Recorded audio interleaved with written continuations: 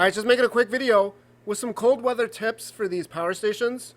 Because as you know, if the batteries get cold in these things, you can kind of run into a couple of issues. So the first one is you might have problems like charging it. So all of these power stations, they typically have like a cutoff at freezing. They won't let you charge the battery below that temperature. So when the battery's actually at that temperature. And then the other thing you might find is that the actual capacity of the battery seems to get smaller. So you might actually even see the percentage like drop. And basically, if you try running anything, you're not going to be able to run it for nearly as long as you normally would, right? And typically, all these power stations, they do let you use the power station as far as like drawing power from it. Down to like below freezing, so like down to like around like maybe 10 degrees Fahrenheit, or I'm not even sure what that, maybe like negative 10 Celsius, something like that.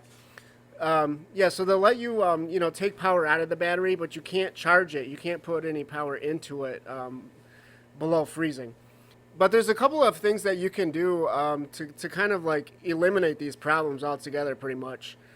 And that is the first thing. Just get some kind of like insulation. Like just get like I've got here. I got this bag, this like duffel bag. Basically anything that will like surround and protect the power station and just insulate it. And then you can kind of combine this tip with more of like what I would consider like a pro level tip.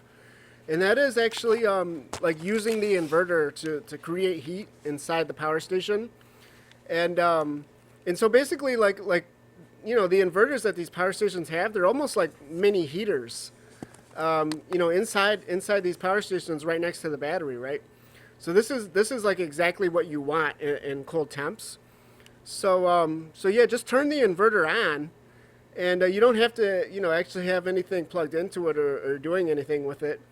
You could, and then it would create even more heat. But just having the unit on, it's going to draw some power, and some of that power is going to be turned into heat. I mean, that's just what happens with these inverters. They're not 100% efficient.